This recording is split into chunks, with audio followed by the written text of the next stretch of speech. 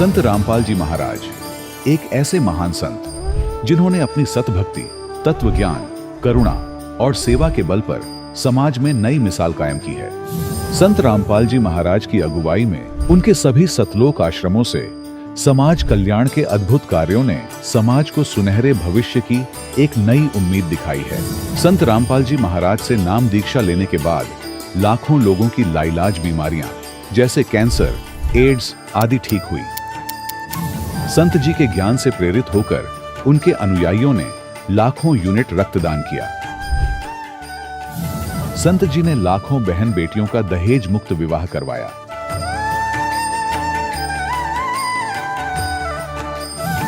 संत जी ने लाखों लोगों का नशा छुड़वाया, करोड़ों उजड़े परिवार बसे। संत जी के आश्रमों में समागम के दौरान निःशुल्क नेत्र चिकित्सा, दंत चिकित्सा प्रदान की जाती है। संत रामपाल जी महाराज द्वारा समय समय पर पर्यावरण संरक्षण के उद्देश्य से बड़े स्तर पर वृक्षारोपण किया जाता है।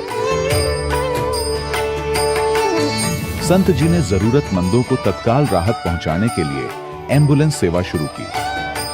संत जी अपने अनुयायियों को देहदान के लिए प्रेरित करते हैं, जिससे मानवता की सेवा और चिकित्सा क्षेत्र में सुधार हो सके। संत रामपाल जी महाराज के सभी आश्रमों में हर रोज निःशुल्क भंडारा आयोजित किया जाता है, जहां हर वर्ग, हर जाति और हर धर्म के लोग एक साथ बैठकर भोजन करते हैं।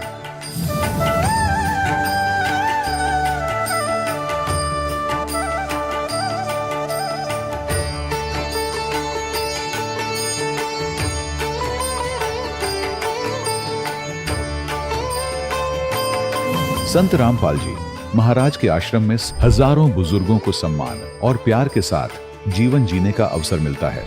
उनके खाने, रहने और स्वास्थ्य की पूरी जिम्मेदारी संत रामपाल जी महाराज उठाते हैं। अनाथ बच्चों के लिए संत रामपाल जी महाराज के सभी आश्रम किसी वरदान से कम नहीं। यहाँ उन्हें शिक्षा, संस्कार और भविष्य के लिए बेहतर अवसर प्रदान किए जाते हैं। चाहे बाढ़ हो, भूकंप या महामारी, संत रामपाल जी महाराज और उनके अनुयायी हमेशा ही जरूरतमंदों के लिए सबसे आगे खड़े रहते हैं। कोविड महामारी के दौरान संत रामपाल जी महाराज के आश्रमों से करोड़ों लोगों के लिए भोजन, दवाइयां और जीवन रक्षक सामग्रियां उपलब्ध कराई गई। चाहे गरीब की मदद हो या किसी शोषित और पीड़ित वर्ग के हक और सम्मान की लड़ाई, संत रामपाल जी महाराज ने हमेशा ही उनकी दबी आवाज को सरकारों तक पहुंचाया है और उन्हें उचित न्याय दिलवाने में अहम भूमिका अदा की है। समाज में आध्यात्मिक और सामाजिक मूल्यों के प्रति जागरूकता लाने में संत रामपाल जी महाराज हर कदम पर मानवता के सच्चे सेवक साबित हुए हैं। संत रामपाल जी महाराज का जीवन हमें सिखाता है कि सच्ची सेवा वही है जो निस्वार्थ भाव से की जाए। आइए हम भी इस महान सेवा के कार्य में इस महान संत से जुड़ें और संत रामपाल जी महाराज से नाम दीक्षा लेकर अपने जीवन को धन्य बनाएं।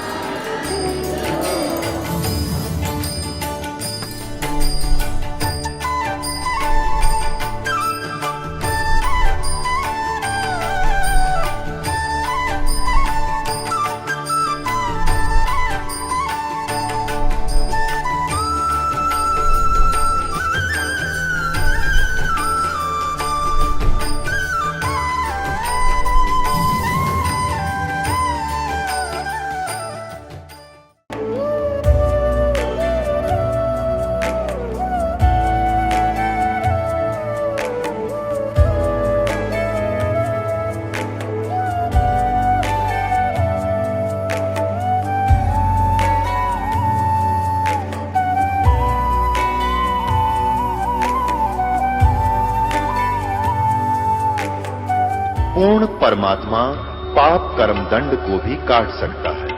अभी तक जिस भी संत व महापुरुष से मिले, उन्होंने यही बताया कि पाप कर्म फल भोगने से ही समाप्त होगा।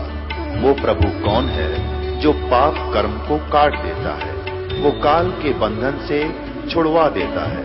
उसका क्या नाम है, पूजा की विधि क्या है? कृपया अवश्य सुनिए जगत गुरु तत्वदर्शी संत रामपाल जी महाराज के अमृत वचन। दर्शकों, मनुष्य अपने जीवन में ईश्वर प्राप्ति के लिए अनेकों कर्म करता है, पूजा पाठ, श्राद्ध, कर्मकांड आदि जैसी चीजों को अपनाकर वो इसे परमात्मा प्राप्ति का मार्ग मान लेता है और मनमाना आचरण ही करता रहता है, लेकिन फिर भी उसकी परमात्मा पाने की चाह पूरी नहीं हो पाती। जीवन में सुख ना मिलकर केवल दुख और कष्ट ही मिलते हैं। क्यों पूजा पाठ के बाद भी श्रद्धालुओं को सुख प्राप्त नहीं होता? इसका एक कारण शास्त्र विधि को त्याग कर मनमानी भक्ति करना है, जिसका कोई लाभ नहीं है। ऐसा ही एक उदाहरण है बदायूं उत्तर प्रदेश के निवासी संतोष जी का, जो हनुमान जी के परम भक्त थे और उन्हें इष्ट मानकर भक्ति साधना करते थे। फिर भी इनके जीवन में इन्हें कोई लाभ नहीं मिल पाया, बल्कि इसका विपरीत हो गया। इनका जीवन दुख, कष्ट व अंधकार से घिर गया। आर्थिक रूप से भी ये असहाय हो गए। ऐसे में एक दिन इन्होंने संत रामपाल जी महाराज का सत्संग टीवी पर सुना, जिससे इनको पता चला कि वो जो भी साधना आज कर रहे थे वो शास्त्र विधि को त्याग कर मनमाना आचरण था। संत रामपाल जी महाराज का सत्संग सुनने के बाद संतोष जी को पूर्ण परमात्मा का ज्ञान हुआ और पूर्ण परमात्मा की सतभक्ति का मार्ग मिला। आइए जानते हैं कि कैसे संतोष जी के सारे दुख दूर हुए। संतोष जी की कहानी, उनकी अपनी जुबानी। नमस्कार सर। सर जी नमस्कार। सर क्या नाम है आपका? सर मेरा नाम संतोष सिंह है। संतोष जी आप कहाँ से हैं? सर मैं जिला बदायूं उत्तर प्रदेश से हूँ। संतोष जी संत रामपाल जी महाराज से नाम दीक्षा आपने कब ली? सर मैंने अगस्त 2013 में संत रामपाल जी महाराज जी से नाम उपदेश लिया है। सर संत रामपाल जी महाराज से नाम दीक्षा लेने से पहले क्या आप कुछ भक्ति साधनाएं भी करते थे? हाँ सर मैं करता था, जैसे शंकर भगवान हैं, हनुमान जी हैं, इनकी पूजा करा करता था। लेकिन सबसे ज़्यादा जो मैं आस्था रखता था वो रखता था मैं हनुमान जी में। और हनुमान जी का जैसे मंगलवार का व्रत है या प्रसाद चढ़ाना वो करा करता था। फिर कुछ लोगों ने बताया कि सावन के महीने में शंकर भगवान पे जल चढ़ाइए शिवलिंग पे, उससे आपको लाभ मिलेगा।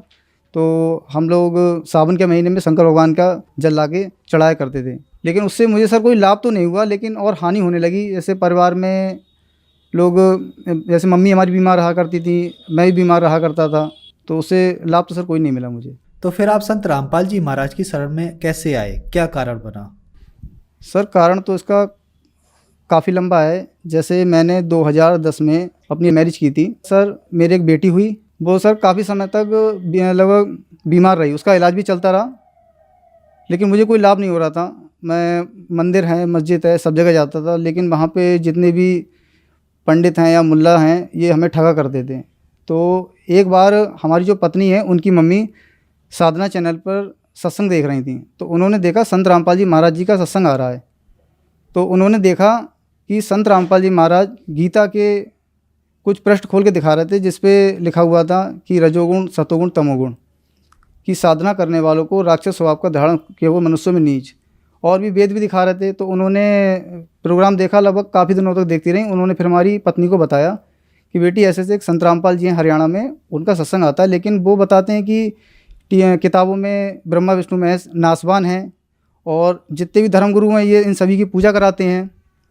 तो उन्होंने मुझे बताया। मैं वैसे ही बहुत परेशान था, क्योंकि मैं एक छोटा सा काम करता था अखबार बेचने का, तो उससे मुझे कोई लाभ भी नहीं हो रहा था। फिर मैंने संत रामपाल जी महाराज जी का साधना चैनल पर सत्संग देखा तो मुझे भी विश्वास नहीं हो रहा था कि संत रामपाल जी जो सत्संग दिखा रहे हैं या किताबें दिखा रहे हैं इसमें कि वास्तविक ये ज्ञान है या नहीं। तो मैं एक गीता प्रेस गोरखपुर से गीता लेके आया मार्केट से, उसे मैंने मिलान किया कि हाँ संत रामपाल जी जो टीवी पे दिखा रहे हैं पुस्तक क्या सही है गलत।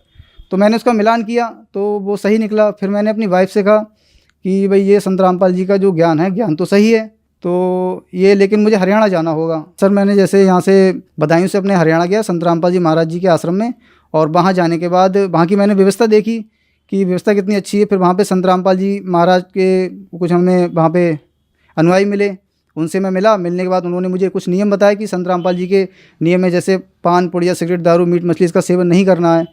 तो मैंने कहा ठीक है कोई बात नहीं। फिर मैं संत रामपाल जी महाराज जी से नाम उपदेश लिया। नाम उपदेश लेने के बाद फिर मैं अपने घर आया। घर पे मैंने बच्चों को बताया कि भाई वहाँ तो किसी प्रकार का कोई पैसा भी नहीं लेते हैं और संत रामपाल जी जो नाम देते हैं बिल्कुल फ्री देते हैं। फिर मैंने बच्चों को भी जुड़वाया अपने 2014 में। संतोष जी, संत रामपाल जी महाराज से नाम दीक्षा लेने के बाद क्या आपको कुछ लाभ भी प्राप्त हुए? हाँ सर, मुझे लाभ बहुत हुए, क्योंकि मेरी जो आर्थिक स्थिति थी सर बहुत कमज़ोर थी, क्योंकि जिस पे दुख बीतता है ना सर, वही जानता है कि कहते नहीं है, जब अपने किसी प्रकार का कोई दुख होता है तो वो दूसरों को नहीं बता सकता और ना दूसरा कोई इंसान समझ सकता है। जैसे मेरी एक बेटी थी, तो उसका मैंने इलाज करवाया था, तो सर 5.5 महीने सर उसका इलाज चला, लेकिन उस पर कोई भी मेडिसिन काम नहीं कर रही थी। मैंने उस समय संत रामपाल जी से नाम नहीं ले रखा था, लेकिन उसका इलाज कराते कराते वो लेकिन ख़त्म हो गई। फिर मुझे देवी देवताओं पर विश्वास नहीं रहा। मैंने कि ऐसे भगवान कैसे हैं कि अपने हम भक्ति भी करते हैं और हमें कोई लाभ भी नहीं मिलता है। फिर मुझे संत रामपाल जी के बारे में जब पता लगा, मैं संत रामपाल जी महाराज जी से नाम लिया। नाम लेने के बाद मेरी हल्के हल्के आर्थिक स्थिति ठीक हुई। जो मेरे पे कर्जा था, उस कर्जे से मेरा उद्धार हुआ। और मेरे घर में सर, मैं आपको बताता हूँ कि मेरे घर में जब मेरी शादी हुई थी तो मेरे पे सिर्फ टूटी चारपाई थी, उसी पे हमारा सोना। घर में कोई आ जाता तो बैठने तक की व्यवस्था नहीं थी हमारे घर में। आज परमात्मा की दया से हमारे घर में सब कुछ है। अब पहले मैं सर मांस भी खाता था, दारू भी पीता था, सारे गलत काम करता था, और नंबर 2 का भी काम मैंने शुरू कर दिया धन इकट्ठा करने के लिए। लेकिन संत रामपाल जी के ज्ञान से पता लगा कि अगर हम चोरी करते हैं, मिलावट करते हैं, कोई भी गलत काम करते हैं तो उसका फल हमें भोगना पड़ेगा। मैंने सर संत रामपाल जी महाराज जी से नाम लेने के बाद जो भी नशा था या मांस वगैरह खाता था, वो सारा मैंने छोड़ दिया। और अब नशा करना तो बहुत दूर है, अगर कोई पास में बैठ भी जाता है बीड़ी सिगरेट लेके तो उसे मना कर देते हैं, भाई ये मत पी, और इसको पीना भी नहीं चाहिए। सर जैसे मैं एक बार क्या हुआ, मैं जैसे प्राइवेट जॉब करता हूँ तो अपनी बाइक से मैं आ रहा था, एक शहर हमारे पास बरेली, वहाँ से आ रहा था। तो अचानक मेरे शाम के लिए गुर्दे में क्या था, दर्द हुआ बहुत तेज़ी से। तो मैं समझा कि हो सकता है ये गैस का दर्द हो। तो मैंने बाइक रोके एक मेडिकल से एक इनो का पैकेट लिया, उसके लिए पिया। मैंने सोचा हो सकता है गैस ठीक हो जाए, लेकिन वो दर्द ठीक नहीं हुआ। फिर मैंने संत रामपाल जी महाराज जी से प्रार्थना की मन ही मन में कि हे संत रामपाल जी महाराज, आप सबके दुख दूर करते हो, क्या इस दास के नहीं कर सकते हो? तो मैंने इस तरीके से प्रार्थना की, मुझे फिर कुछ राहत मिली। राहत मिलने के बाद फिर मैं बाइक से अपने घर आया। घर आने के बाद मैंने बच्चों को बताया, अपनी वाइफ़ के लिए, कि मुझे ऐसा ऐसा दर्द हुआ। तो मेरी वाइफ़ ने कहा आप एक बार इसका चेकअप कराइए, मतलब ऐसा दर्द क्यों हुआ। तो मैं 2-3 दिन में ऐसी टाला-टूली करता रहा, लेकिन फिर भी बच्चे नहीं माने, हमारी वाइफ़। तो मैं अल्ट्रासाउंड कराने गया तो सर मेरे गुर्दे में 2.5 mm की पथरी पाई गई। तो डॉक्टर से मैंने कहा, तो डॉक्टर बोला कुछ नहीं, आप दवा करा लेना और ठीक हो जाओगे। फिर मैं घर पे आया। घर पे आने के बाद फिर मैंने संत रामपाल जी महाराज जी से प्रार्थना की कि हे बंदी छोड़ सतगुरु रामपाल जी महाराज, आप सभी के दुख दूर करते हो, क्या इस दास के नहीं कर सकते? कि मैं फिर क्या कहते रोने लगा। कुछ नहीं, फिर मैंने अमृत जल लिया। अमृत जल लेने के बाद और प्रणाम करके जैसे ही खड़ा हुआ, और फिर तब से आज तक लगभग मुझे 1.5-2 साल हो गई, मेरे ऐसे कोई दर्द नहीं है। फिलहाल मैं ठीक हूँ अब। सर मेरा एक जैसे बेटा है मेरा, इस समय लगभग 6 साल का है। जब उसका जन्म हुआ था तो सर उसके कूल्हे पे एक गांठ थी छोटी सी। तो हमने सोचा क्यों नहीं भी इसको डॉक्टर को दिखाया जाए। हमारी वाइफ़ ने कहा, तो मैंने कहा भाई देखो, डॉक्टर को क्या दिखाओगे, सबसे बड़े डॉक्टर तो घर के संत रामपाल जी महाराज जी हैं, वो सबके दुख दूर करते हैं, क्या हमारे नहीं करेंगे? तो हमने संत रामपाल जी महाराज जी से प्रार्थना लगवाई। प्रार्थना लगवाने के बाद संत रामपाल जी महाराज जी ने कहा कि भगवान पे विश्वास रखिए और भक्ति करते रहिए, परमात्मा दया करेंगे। तो सर आज बच्चा मेरा लगभग 6 साल का है और उसे कोई भी तकलीफ़ नहीं है। सर एक बार की बात बता रहा हूँ, मेरा बच्चा जब लगभग 1.5 साल का था तो गर्मियों का दिन था, वो बेड पे लेटा हुआ था और मैं अपने काम से बाहर गया हुआ था। तो पंखा चलते चलते अचानक बंद हो गया। तो मेरी पत्नी ने मुझे फ़ोन किया, भाई आज ये पंखा नहीं चल रहा है, बच्चा बहुत परेशान हो रहा है गर्मी में। तो मैं ठीक है, मैं बाहर हूँ, मैं शाम को लौटूंगा। शाम को आया तो मैं मिस्त्री को लेके आया, मैंने पंखा नहीं चल रहा है। तो सीढ़ी लगा के पंखा देखा तो पंखा ठीक था। जब उसने पंखा उतारा तो देखा कि जिस पे पंखा टंगा होता है वो बोल्ट कटा हुआ था। तो मैंने अपनी पत्नी से कहा कि पंखा ख़राब नहीं है, ये संत रामपाल जी महाराज जी की दया है, अगर आज ये पंखा बच्चे के ऊपर गिर जाता तो बच्चा आज ही ख़त्म हो जाता ये। तो वो एक तो हमें ये लाभ हुआ संत रामपाल जी महाराज से कि हमारा बच्चा बच गया। सर संत रामपाल जी महाराज से नाम दीक्षा लेने के बाद आपको बहुत सारे लाभ प्राप्त हुए। आपने शुरू में बताया कि संत रामपाल जी महाराज से नाम दीक्षा लेने से पहले आप देवी देवताओं की पूजा करते थे, तो क्या संत रामपाल जी महाराज से नाम दीक्षा लेने के बाद अभी भी आप देवी देवताओं की पूजा करते हैं? सर संत रामपाल जी जो साधना बताते हैं वो साधना बताते हैं वेदों गीता से प्रमाणित।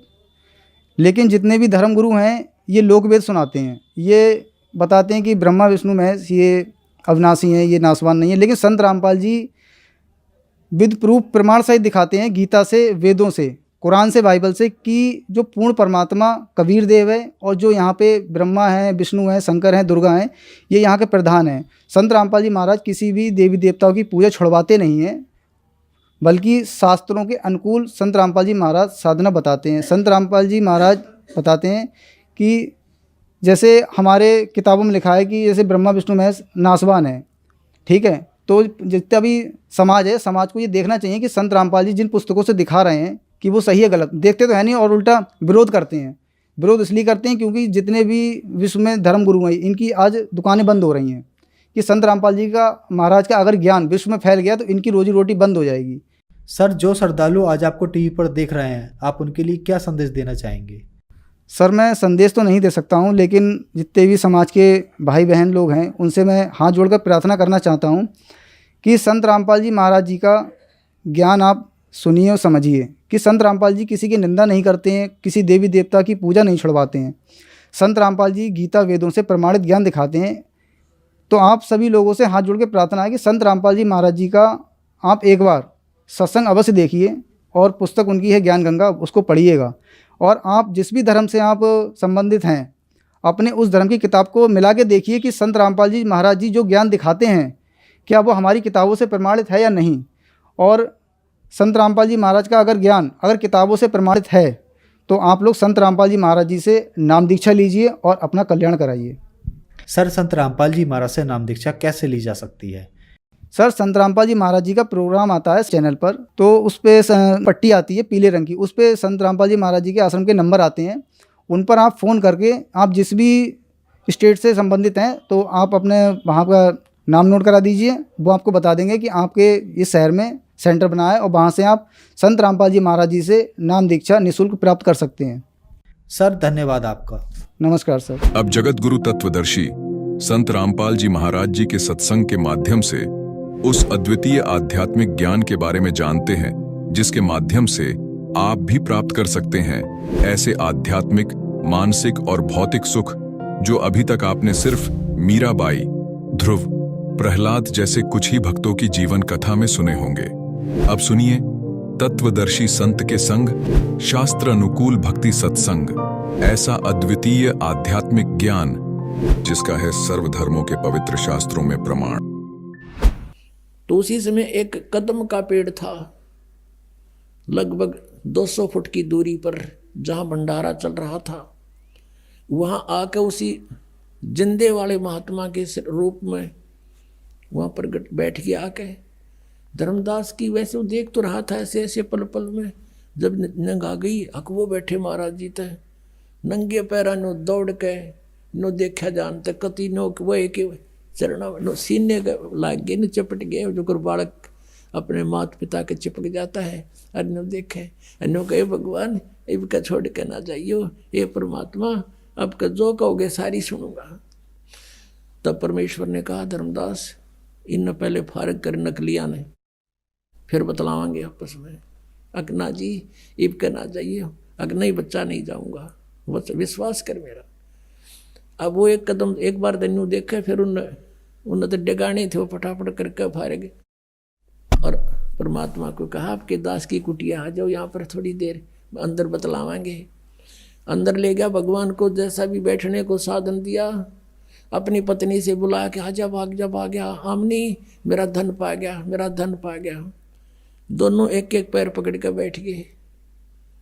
तब आमनी ने कहा कि भगवान आपका बच्चा ये तो बहुत नर्म आत्मा का है, इसको तो मैं सांत्वना देती रही ना पहले मर लेता।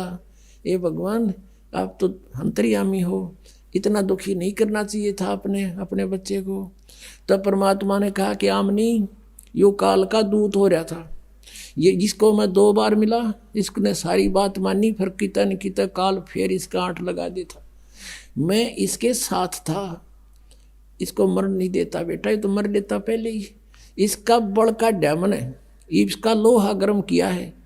अब लोहा गर्म होए बिना चोट मारे जाओ तो उसका कोई फायदा नहीं। अब इसका अंतःकरण साफ हो लिया, आज बेटी जो मैं कहूँगा सारी मानेगा और ये सत्य इसके हृदय में उतरेगी, इसलिए थोड़ी सी देर करी थी। तो पुण्यात्माओं ये वो समर्थ है, कहते हैं जो जन मेरी शरण है ताका हूँ मैं दास। और गेल गेल लाग गया फिर जब लग धरती आकाश। फिर सारी कथा सुनाई, दोबारा से कई दिन रुके, उनको खूब ज्ञान समझाया, दोनों ने उपदेश लिया।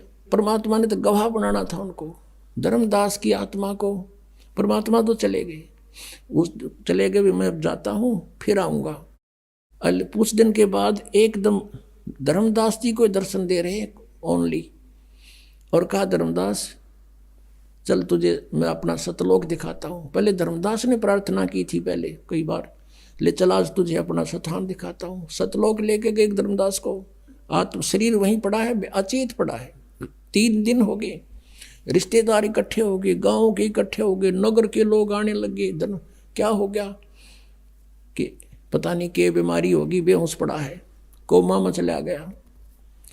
तीसरे दिन परमात्मा ने सब कुछ ऊपर दिखाया, सारा सतलोक दिखाया, वहाँ की सतीथि दिखाई, वहाँ की जो रहते हैं हंस लोग, वहाँ की दुनिया दिखाई सतलोक की, कि यहाँ कभी बुढ़ापा नहीं आता, यहाँ कोई दुख नहीं होता, यहाँ मृत्यु नहीं होती, तुम यहाँ रहते थे और अपनी गलती से तुम चले गए। अब धर्मदास कहता है भगवान मुझे यहीं रख लो, अब वापस ना भेजो प्रभु, मुझे यहीं रख लो।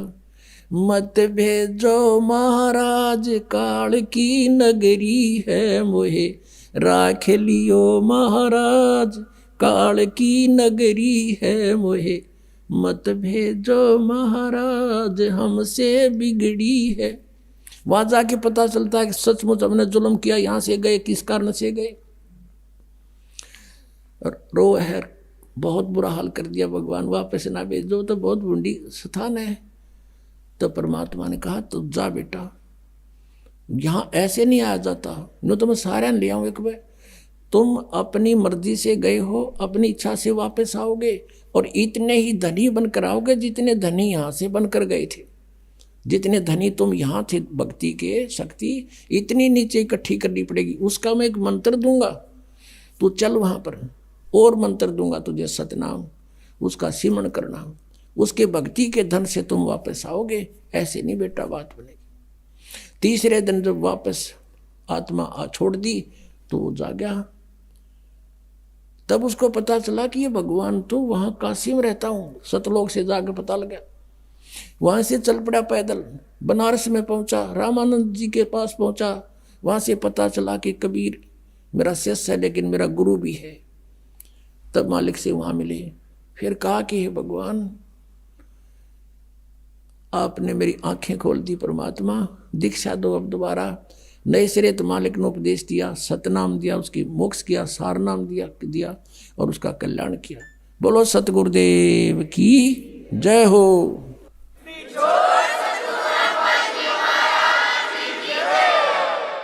परम पिता परमात्मा पूर्ण ब्रह्म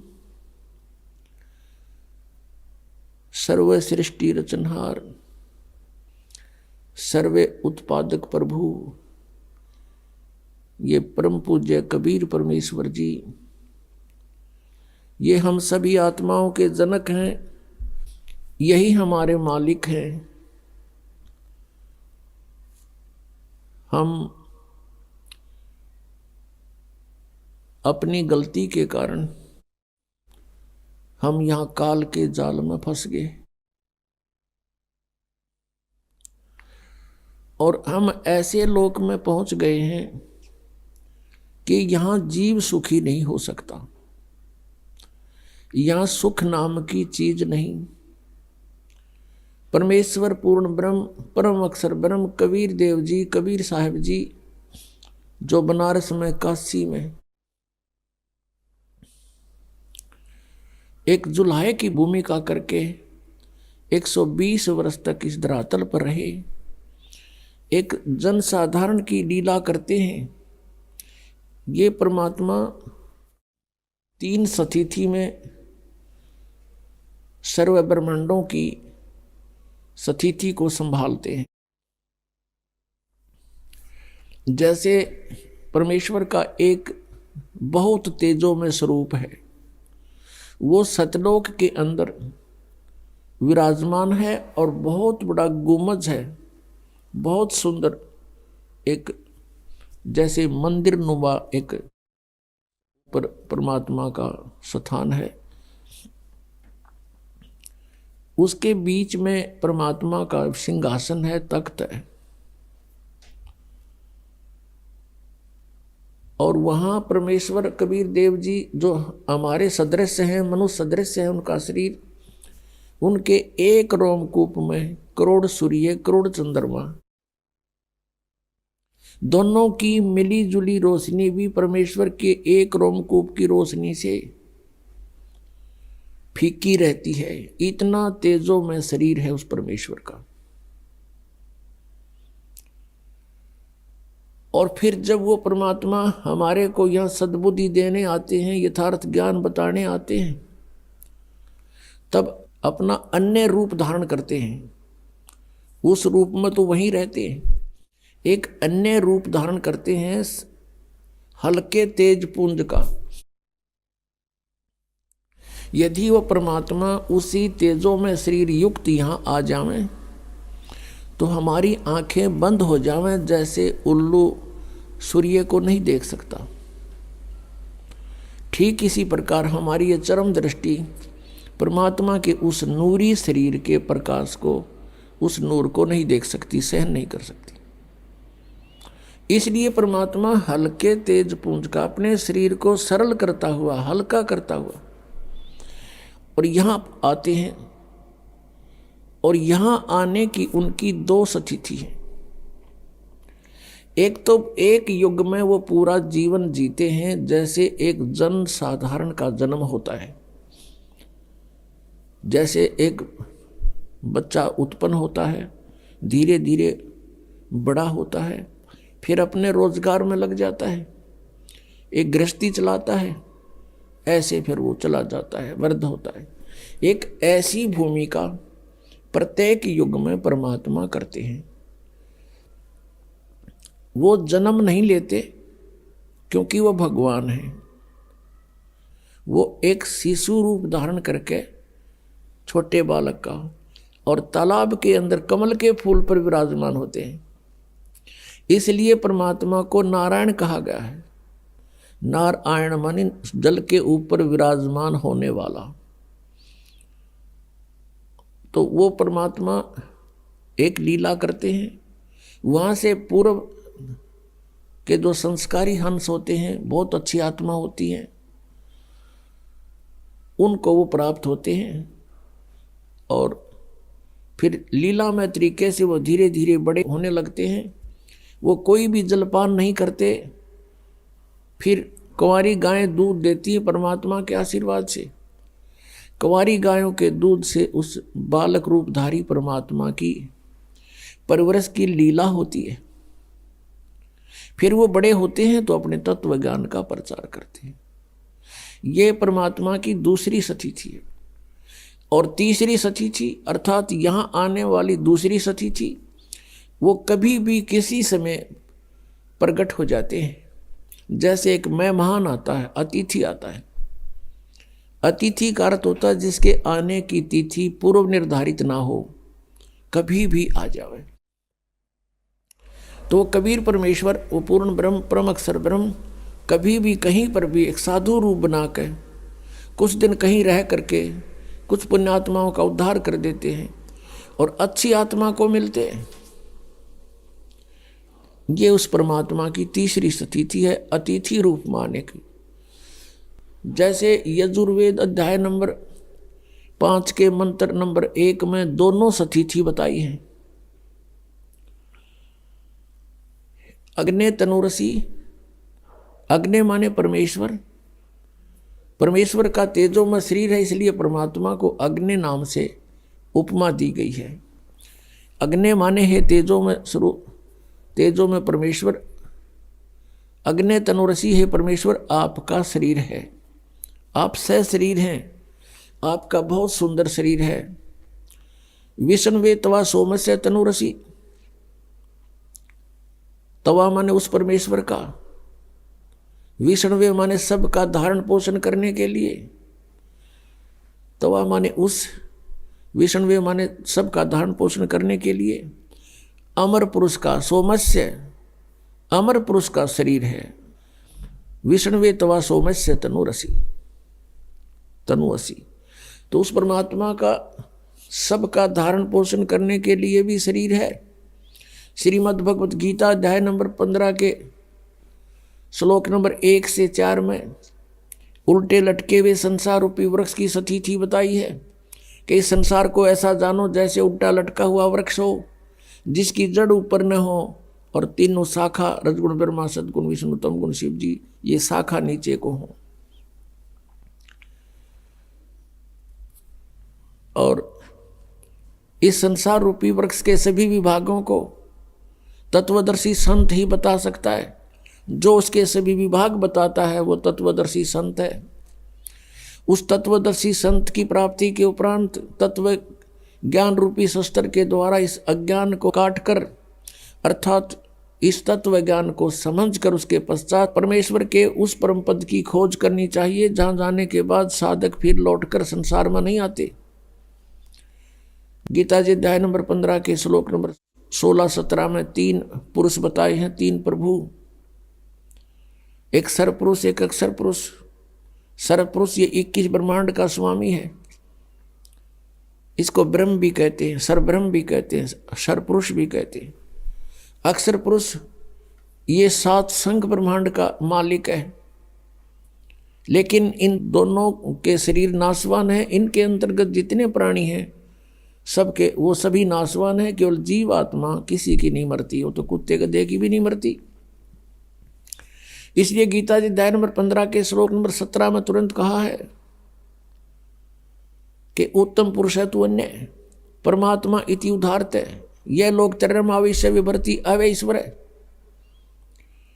वो श्रेष्ठ परमात्मा तो कोई और ही है जिसको परमात्मा कहते हैं, और वही तीनों लोकों में प्रवेश करके सबका धारण पोषण करता है। वो है अवय ईश्वर, अविनाशी परमात्मा। तो तीनों लोकों में प्रवेश करके धारण पोषण कौन करता है? जैसे मूल से जड़ से पूरे वृक्ष को आहार प्राप्त होता है, जड़ पूरे वृक्ष की पोषण करता है, पूरे वृक्ष का पोषण करता है जड़। अब जड़ रूपी भगवान वो परम दिव्य पुरुष है, परम अक्षर ब्रह्म है। तो वो कबीर देव है, ये वो कबीर देव है जो बनारस में काशी में आए थे और दानक की भूमिका किया करते थे।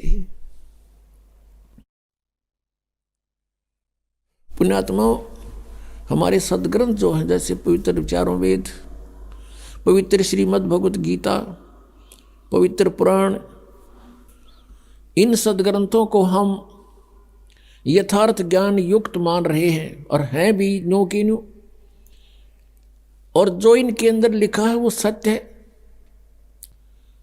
तो हम परमात्मा को पहचानने के लिए अपने सदग्रंथों को आधार बनाएंगे, जिनको पवित्र हिंदू धर्म पहले से ही सत्य मानता है, उस पर पूर्ण रूप से आश्रित है।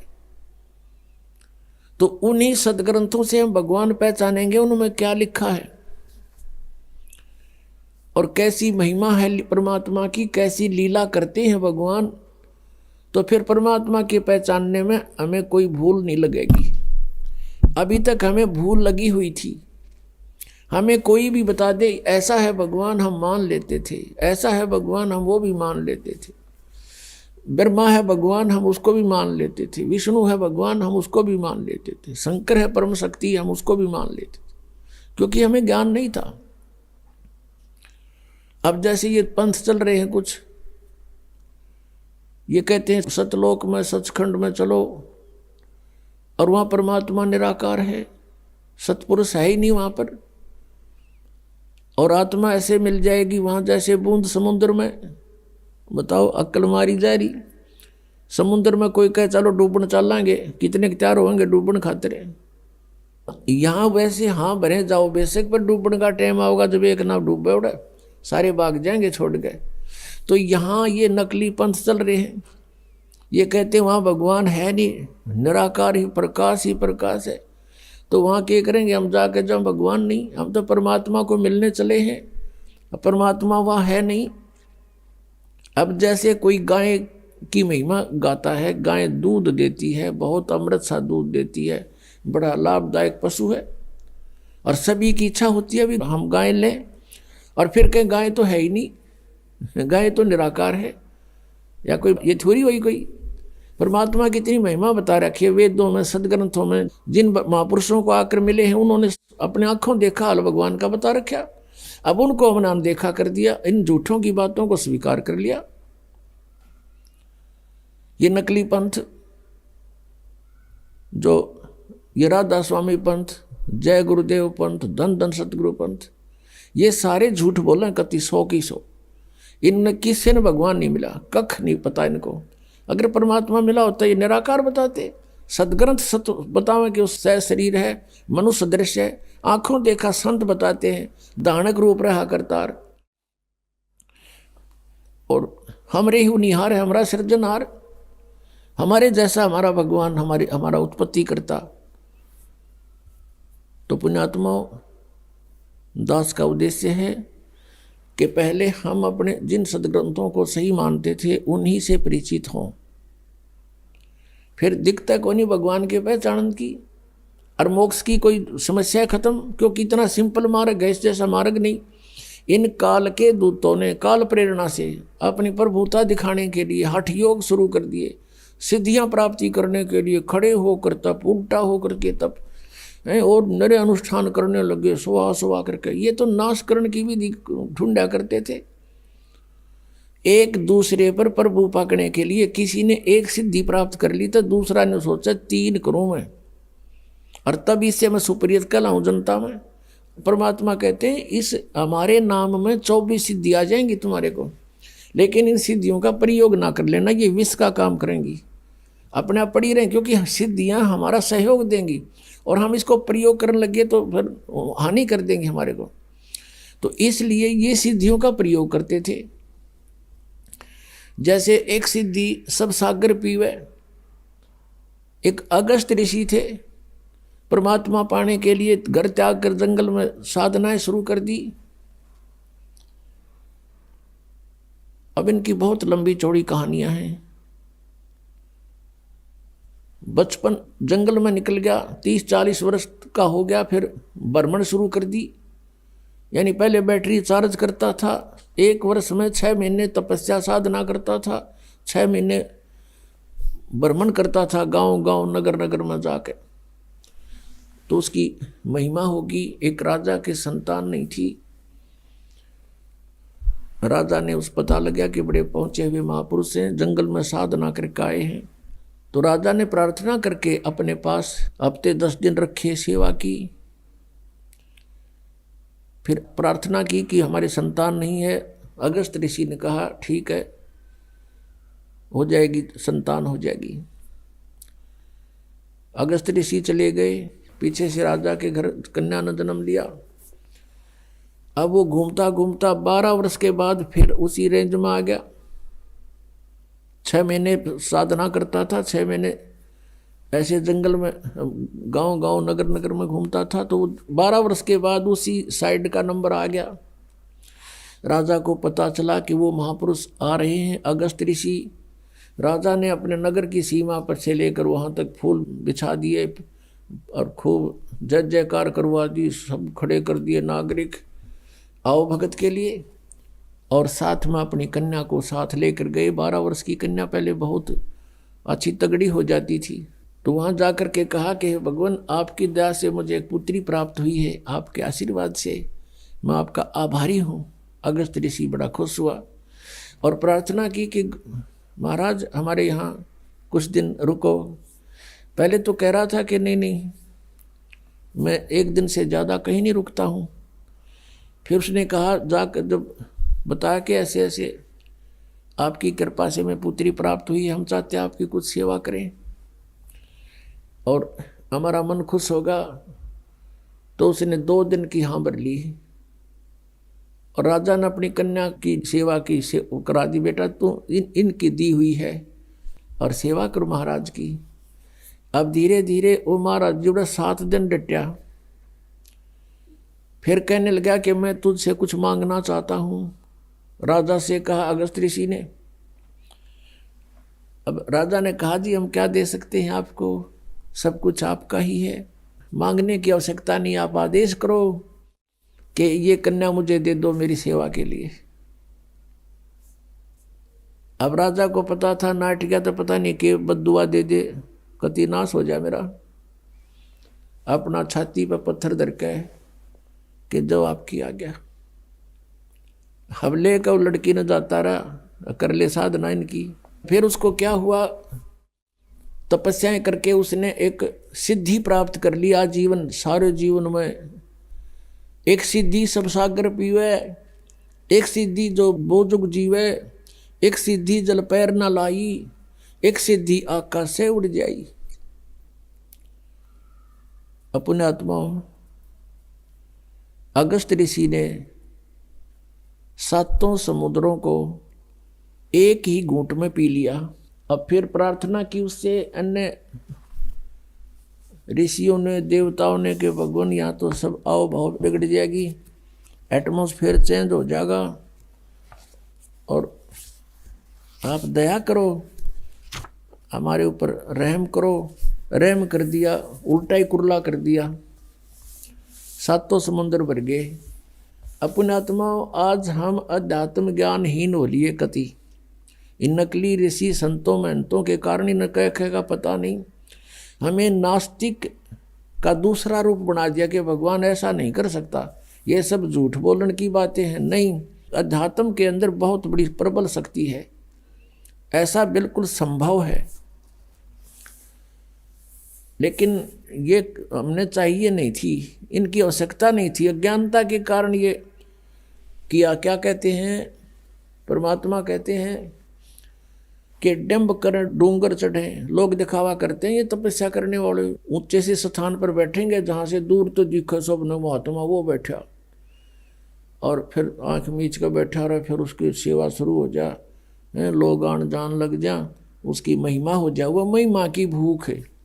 परमात्मा कहते हैं कि डंब करें डूंगर चढ़े, डूंगर माने ऊंचे टीले पे, पहाड़ पे, पहाड़ पे, अंतर झीनी झूल, जग जाने बंदगी करेंगे वो सूल बबूल। आम जनता ने सोचा बड़ा महात्मा भाई कमाल कर रहा है, घर छोड़ कर देख परमात्मा के लिए कितना संघर्ष कर रहा है। तो कहते हैं ये तो बो है सूल बबूल, ये तक कांटे बो अपने आने वाले जीवन में, इसकी साधना ठीक नहीं। अब एक 2 भक्त थे, घर से चल पड़े परमात्मा पाने के लिए।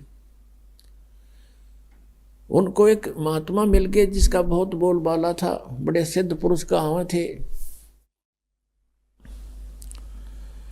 दोनों ने वहां दीक्षा ले ली, घर त्याग कर चले गए, सन्यासी हो गए। कई वर्ष तक वो उस महात्मा के साथ रहे, गुरुजी के साथ आश्रम में। अब गुरुजी की मृत्यु के बाद वो दोनों निकल गए वहां से और अलग अलग दिशा में सिद्धि प्राप्ति के लिए चल पड़े, क्योंकि वो सिद्धि ही सिखाता था। जो उनमें से एक था उसको परमेश्वर कबीर देव जी का सत्संग मिल गया। जैसे आप जी को अभी बताया कि परमात्मा 3 स्थिति में अपने संसार के सभी कार्यों को संभालते हैं। एक में तो पूर्ण रूप ऊपर बैठे हैं, सब ब्रह्मांडों का कंट्रोल करते हैं। अन्य रूप जैसे प्रत्येक युग में एक जीवन ऐसा करके जाते हैं, बच्चे के रूप में प्रकट होते हैं, जन्म नहीं लेते, वो सह शरीर आते हैं, सह शरीर चली जाते हैं। 120 वर्ष रहे थे कलयुग में, और सब अपना ज्ञान प्रचार करके अपनी अमृत वाणी लिपिबद्ध करवा के अपना ज्ञान सारा सुख संवेद दे करके चले गए थे, सह शरीर गए थे। और दूसरी स्थिति वो कहीं भी आकर प्रकट हो जाते हैं, जैसे आदरणीय धर्मदास साहिब जी को मिले, आदरणीय नानक साहिब जी को बेई नदी पर मिले थे, अन्य को दिखाई दे नहीं रहे थे, ओनली नानक साहिब जी को दिखाई दे रहे थे। और जो ही नानक साहिब जी ने बेई नदी में डुबकी लगाई स्नान करने के लिए, वहीं से उनको अंतर ध्यान कर लिया। जनता ने सोचा डूब गए, सब जाल जूट डाले, इधर दूर तक खोज की, कुछ नहीं मिला, सतलोक में ले गए, फिर वापस छोड़े, तीसरे दिन वहीं खड़े मिले। तो ऐसे परमात्मा इन पुण्यात्माओं को मिलते हैं, फिर वो अपनी ऐसे आकर के वो परमात्मा कुछ लीला करते हैं।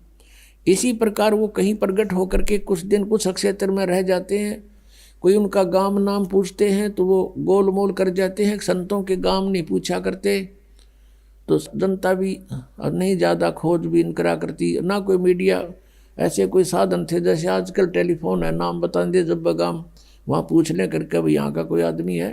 अभी आपने सुने संत रामपाल जी महाराज के मंगल प्रवचन। आइए अब सुनते हैं संत रामपाल जी महाराज से नाम दीक्षा लेकर सतभक्ति करके अद्भुत लाभ प्राप्त करने वाले अनुयायी के विचार। दर्शकों, परमात्मा हर कष्ट को दूर कर विषाक्त रोग को काटकर हमारी रक्षा कर सकते हैं।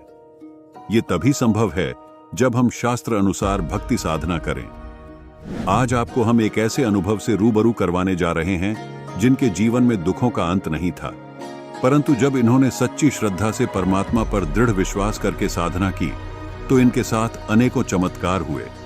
ये हैं सपना तोमर जी, शाहजहांपुर उत्तर प्रदेश से, जो पहले समाज में चलती आ रही देवी देवताओं की पूजा अर्चना करती थी, पर तब इनके ऊपर पहाड़ सा टूट पड़ा जब इनको पता चला कि इनके पति को ब्लड कैंसर हो गया। लेकिन जैसे ही इन्होंने जगत गुरु तत्वदर्शी संत रामपाल जी महाराज जी से प्राप्त शास्त्र अनुकूल भक्ति की तो इनका जीवन बदल गया। यहां तक कि डॉक्टर्स ने भी जवाब दे दिया था, परंतु परमात्मा कबीर साहिब जी ने इन्हें बिल्कुल स्वस्थ कर दिया, जिसे देख डॉक्टर्स भी हैरान थे। अब आप स्वयं सुने सपना तोमर जी के साथ हुए अद्भुत चमत्कार। नमस्कार जी। हाँ जी सर साहिब जी। क्या नाम है जी आपका? मेरा नाम सपना तोमर है। कहाँ से आए हैं आप? मैं शाहजहांपुर यूपी से हूँ। बहन जी, संत रामपाल जी महाराज की शरण में आप कब आए?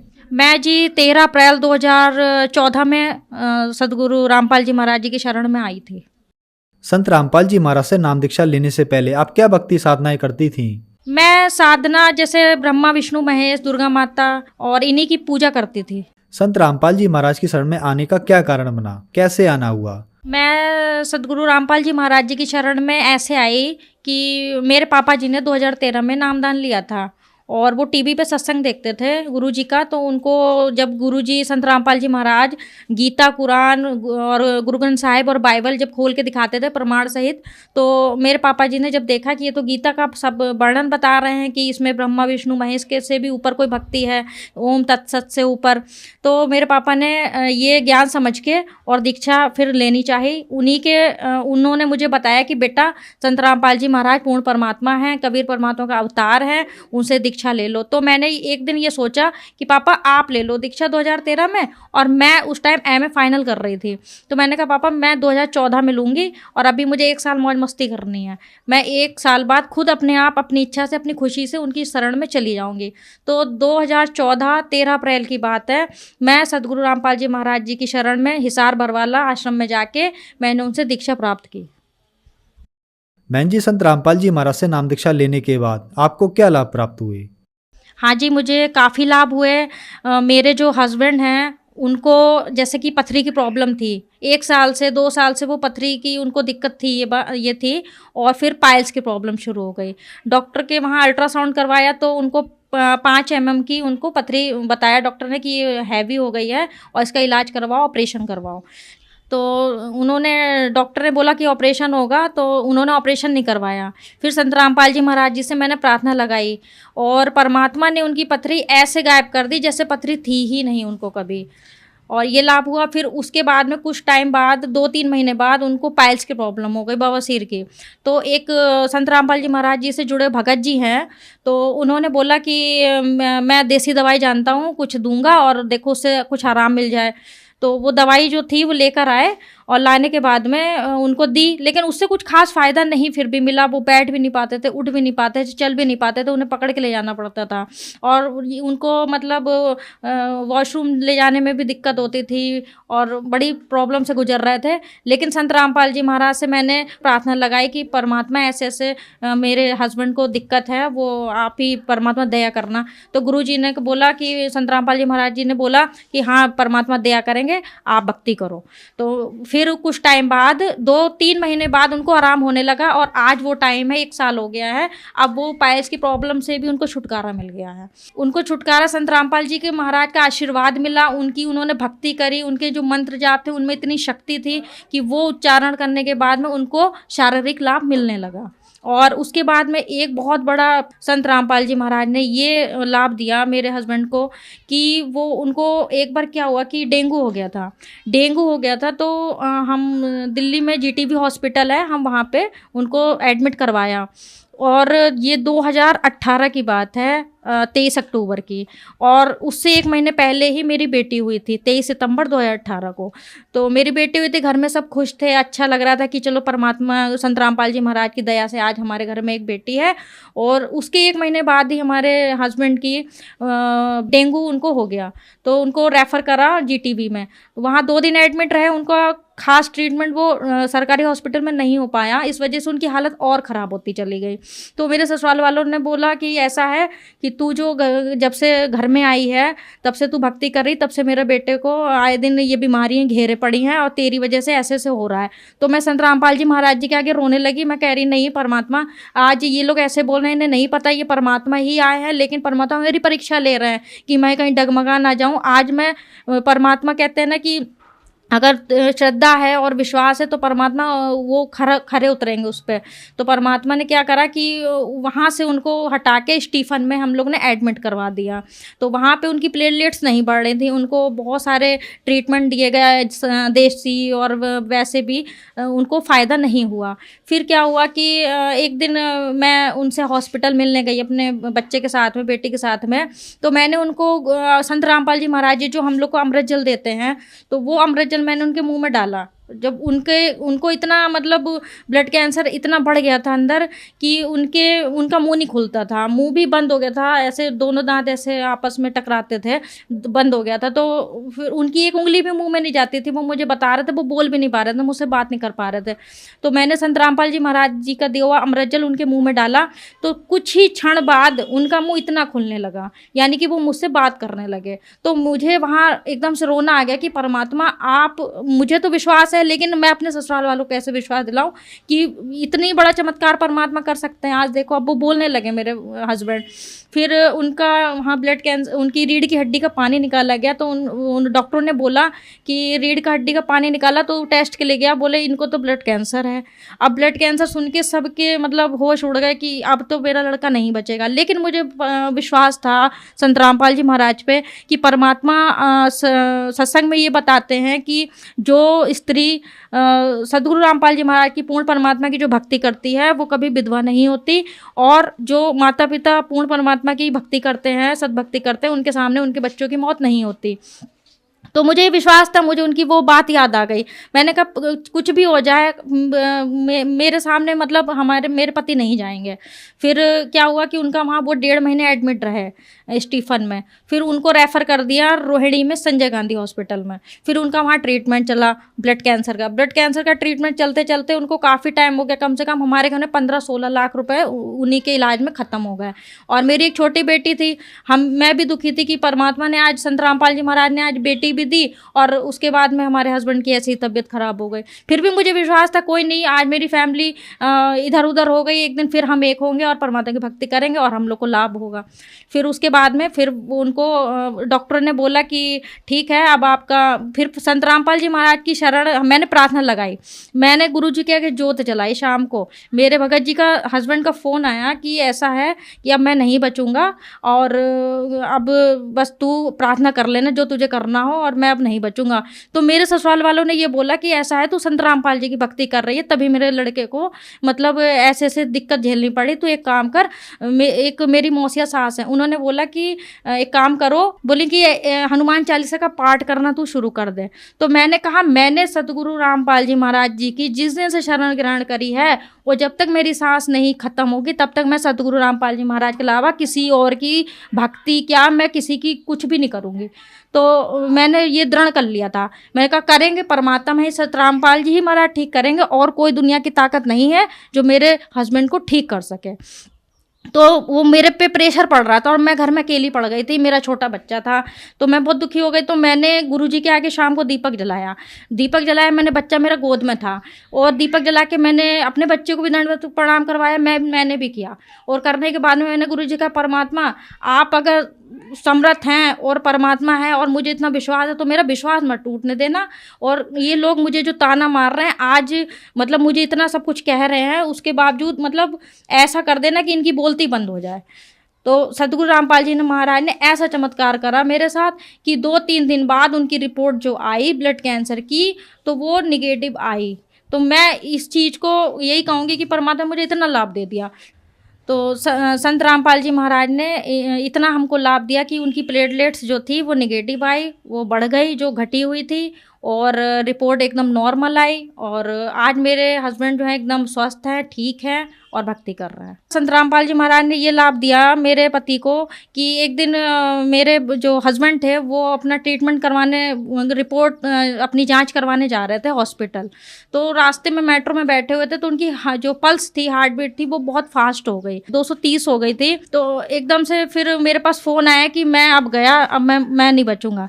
तो मैंने कहा कोई बात नहीं, आप रास्ते में हो, आप परमात्मा ने जो आपको नाम दिया है, सतनाम का सुमरन करो और आप परमात्मा आपको ठीक करेंगे।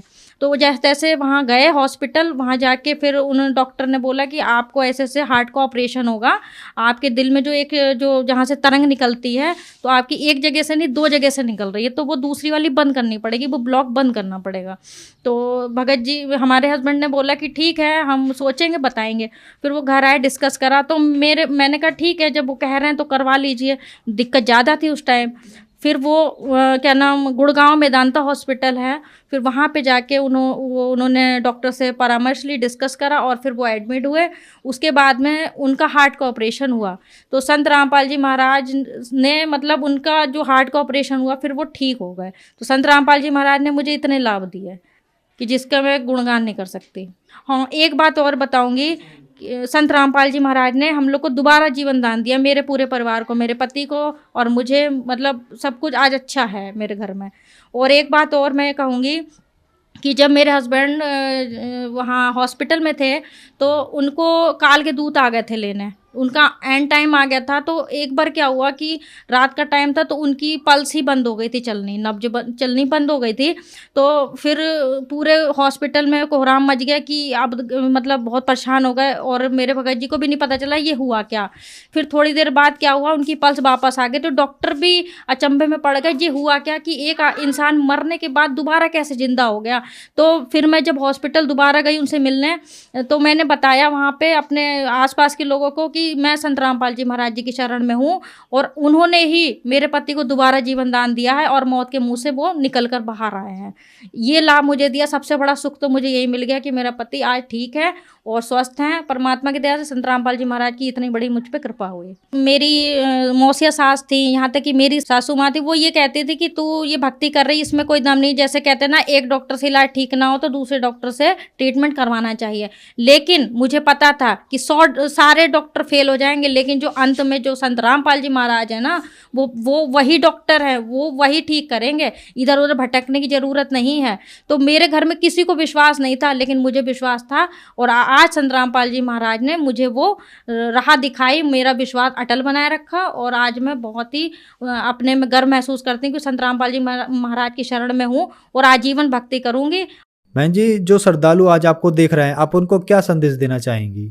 मैं भगत जी उनसे ये प्रार्थना करूँगी, ये संदेश दूंगी कि जितने भी समाज के प्राणी हैं वो इधर उधर ना भटकें। वो संत रामपाल जी महाराज स्वयं परमात्मा इस धरती पे आए हैं, हिसार बरवाला में। वो हमारी गीता, कुरान, गुरु ग्रंथ साहिब और बाइबल वो खोल के दिखाते, प्रमाणित सहित वो शास्त्र अनुकूल भक्ति बताते हैं, साधना बताते हैं। उनकी भक्ति करिए, और सांसारिक जो सुख हैं वो सारे परमात्मा संत रामपाल जी महाराज देंगे। वो उसके शास्त्र अनुकूल भक्ति बताते हैं, वो भक्ति करके अपने जीवन कल्याण करिए। संत रामपाल जी महाराज की शरण में कैसे आ सकते हैं? संत रामपाल जी महाराज जी की शरण में टीवी के माध्यम से आ सकते हैं। चैनल आता है, उसमें एक येलो रंग की पीली पट्टी आती है नीचे, उसमें नंबर ऐड होते हैं। उस नंबर पे फ़ोन करके आप ज्ञान गंगा पुस्तक मंगा सकते हैं, और उसको पढ़िएगा, उसका अध्ययन करिएगा। आप ऐसे आ सकते हैं। और हर शहर में, हर ज़िले में सेंटर भी खुल चुके हैं संत रामपाल जी महाराज के, जहाँ पे नाम दान देने की सुविधा भी है। तो वहाँ पे जाके आप नाम दान ले सकते हैं और अपना कल्याण करा सकते हैं। धन्यवाद जी। सत्साई।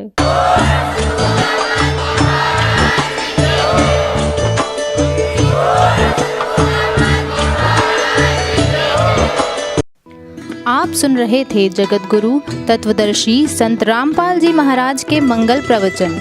अधिक जानकारी के लिए संपर्क करें।